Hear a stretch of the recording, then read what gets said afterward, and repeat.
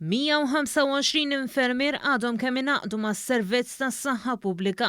Dan propju fis-sena ddedikata lill-infermiera u l-qwiebel. 108 minn dawn għadhom kif temmew l-istudji fl-Università ta' Malta, filwaqt li 17 iggradwaw mill-Università ta' Northumbria. Id-Deputat Prim Ministru u Ministru għas-Saħħa Chris Fearn awguralhom suċċess f'din il-karriera li teħtieġ vokazzjoni kbira. Fakkar kif tul ix-xhur tal-pandemija il-Gvern żied in-numru ta' swali ta' sodot u ta' faċilitajiet oħra biex is-sistema tas-saħħa tlaħħaq mal-kura tal-pazjenti bil-COVID-19 u tkompli toffri servizzi kruċjali lil pazjenti oħra.